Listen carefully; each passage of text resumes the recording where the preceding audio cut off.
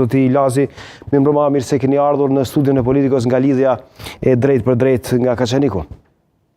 Mirë mbrëma për ju Kurçim dhe panelistët në studio. Faleminderit udhëtesë. Faleminderit shumë për gatishmërinë, ju shpreh ngushëllime direkt këtu nga studio e Politikos, besoj edhe në emrin e gjithë kolegëve për rastin e rënd. Si e pat ju gjithë këtë zhvillim, zoti Ilazi? Sot me që edhe i keni dhënë lamtumirën e fundit rreshterit Lika.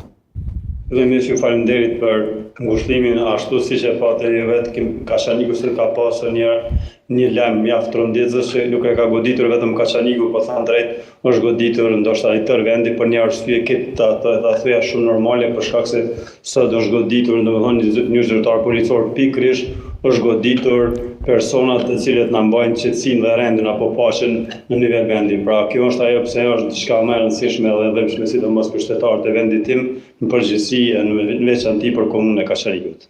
Zoti Ilazi, për rreshterin Lika u tha të ketë një background edhe të një çlirimtari, pjesëtari të ushtrisë çlirimtare të Kosovës, edhe më tutje sot siç kam parë nga raportimet mediatike, qoftë nga mediat lokale në Kaçanik, qoftë nga ato qendrore që raportojnë lidhur me këtë zhvillim, u fol për një polic fjalë pak dhe një polic shembullor që ka shërbyer për institucionin gjatë gjithë këtyre viteve. A është e vërtetë, a mund ta thoni detaje të tjera?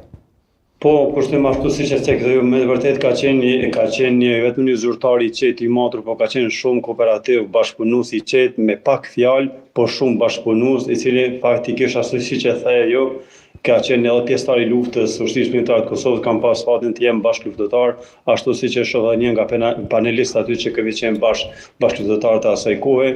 Sidomos, domethënë pas luftës ka shërbyer mbi 20 vite po ashtu me uniformën e policisë së Kosovës dhe siç e thash ka ofruar paqe, siguri, e kuptohet edhe një bashkëpunim të jashtëzakonshëm që kemi pas. Rasti në fjalë ka ndodhur dje pikërisht pas orës 23 me të kryer detyrën zyrtare që ka qenë deri në orën 23 dhe pikërisht në orën 23 e 10 minuta ka ndodhur ngjarje për shkak se banesa aty ka qenë shumë afër